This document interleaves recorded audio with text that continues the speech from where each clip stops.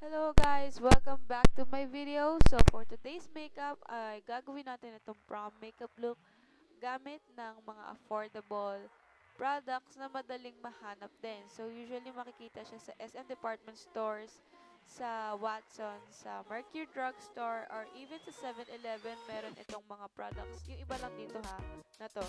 So, I started with a moisturizer using this Aqua Moisturizer Cream from IY Korea. And sa mga nagtatanong nga pala kung anong product para sa eyebrows ang ginagamit ko, ito na nga yun, yung Careline Color Pencil in the shade black. So, hindi ako madalas gumamit ng light colored na eyebrow products, not unless ay medyo artsy yung ginagawa kong makeup look. So, usually kasi talaga gumagamit ako ng black or very dark brown na eyebrow products. Kahit na pencil or eyebrow powders. Paano ba yung gel-like na eyebrow products tulad ng Anastasia pomade na pang eyebrow, ganon. Very dark ang ginagamit ko kasi hindi ako mahilig sa light colored brows. So, to clean the edges of my eyebrows, I'm using this Niyo Perfect Skin Stick Foundation in the shade Buff. So, sa mga ayaw na nagpa-pluck, ayaw din na mag-shave, takot mag-shave or mag-pluck kasi baka hindi pantay. For the meantime, you can conceal or you can cover up your naliligaw na eyebrow hairs using foundation or concealer. Just use a good quality foundation kasi para hindi siya patchy tignan kapag ka masyadong makapal yung makeup na nilalagay mo. Yun, you have to use this like that. And then, nilagyan ko na rin ng foundation yung eyelids ko kasi para mag-pop up yung kulay na ilalagay natin mamaya. And I'm setting it with this 2-way cake foundation ng Sansan in the shade Honey. And then, I'm using this Sansan Eyebrow Mascara in the shade Dark Brown para maset yung ating eyebrows. Hindi siya mabubura, wag mo lang siyang pupunasan. And then, using this Cheek Contour Duo from NYX, gagamitin lang natin yung contour side para magkaroon ng definition yung ating crease. So, this will be our transition shade then. And then, gagamitin natin yung blush duo na blush duo palette ng Everbilena in the shade Summer Fling. Ang gagamitin natin yung blush side para dun sa inner part ng ating eyelid. And then, next palette is we're going to use itong brown eyeshadow palette ng Everbilena. So, ang ginamit ko dito ay yung dark brown, yung bago mag-black. So, ginamit ko lang yung para ma-darken up yung crease. So, next na yung black para lang mas maging smoky yung ating eye makeup. So, parang gumawa tayo na parang halo dyan. And then, we're doing the same thing on the other side.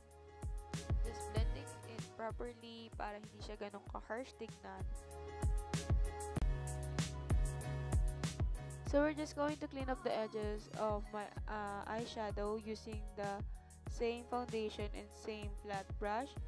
So, ito na rin yung gagamitin natin para gumawa ng cut crease. So, para matrace mo yung cut crease, para malaman mo kung saan yung crease area mo, you just have to put your finger on your eyelids at malaman kung saan lulubog ito. Or you can kapa naman using your brush. So, kung saan nga siya lulubog, kasi below the brow bone lang naman siya, yun yung crease mo. And then, using the lightest shimmer shade ng pink eyeshadow palette ng Everbilena, I'm using my fingers to apply this one kasi mas pigmented siya tingnan kapag daliri mo yung gamit mo. And then, I'm just using the flat brush again para dun sa may edges ng ating cut crease kasi hindi na siya ma-reach ng fingers ko. Ayun. So, we're blending it with this brush na may konting product ng dark brown para lang mag-blend mabuti. And then, for the eyeliner, ang gagamitin natin ay yung Sansan Eyeliner Pen. So, sa mga naghahanap ng mabilis matuyo, very black, at itong parang pentel pen lang na eyeliner, yung madaling application, ito na yung para sa'yo. So, mabilis lang siya talaga matuyo and matte ang finish niya. So, for the eyelashes, I'm just using the Ashley False eyelashes na for 15 pesos lang sa palengke. And then, using this False Lash Effect Mascara from Sansan. And for the foundation, I'm also using this Niyo Perfect Skin Stick Foundation. So, talagang light na siya sa face ko kasi nga medyo umitim na talaga ako. And then, using this Studio Fix Stick Foundation from Ever Belena in the shade Beige. So, dun sa Nichido, ang shade ko before ay yung buff. And then, for this stick foundation na Ever Belena, ang shade ko dito ay yung beige. So, medyo red undertone siya kasi white. Pero, ito yung pinaka-dark shade na meron sila. Darkest shade na meron sila. Sorry. So, gumagamit ako ng paddle brush para mag-blend ng foundation. So, lagi ko talagang ginagamit to. Before I was using sponge, pero I switched to paddle brush kasi mas parang mas talaga nagiging flawless tingnan kapag ka itong paddle brush ang ginagamit ko. So, I'm setting it again with this two-way cake foundation ng Sansan. Ayun. So, next is, I'm going to contour for a little bit using this two-way cake foundation ng Ever Belena. Here it is. Ito yung darkest shade na meron sila. So, nag-sale kasi sila last, I don't know, last Sunday. Or, ganun. So, kaya binili ko siya. So, ang ginamit ko ulit na mas pang-contour dito ay yung blush duo na Summer Fling from Ever Belena. So, ginamit ko naman yung contour side and then the blush side again. Yung Summer Fling ang ginamit ko dito ha. So, very pigmented kaya mag-ingat kayo sa paggamit ng blush duo na ito. So, ayun. And then, I'm just putting more brown eyeshadow. Yung dark brown pala, doon sa may brown eyeshadow palette ng Ever Belena sa under eye area ko para mas mag-smoke out yung eye makeup natin.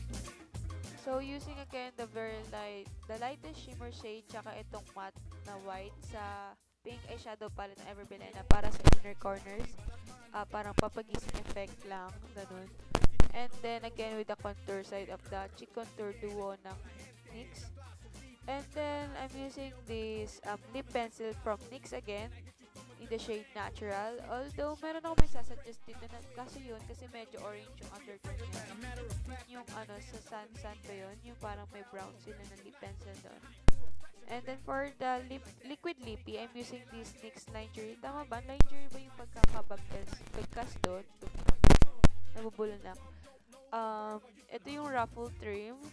So, may mga dupes ako para dito kung wala kayong makitang ganito.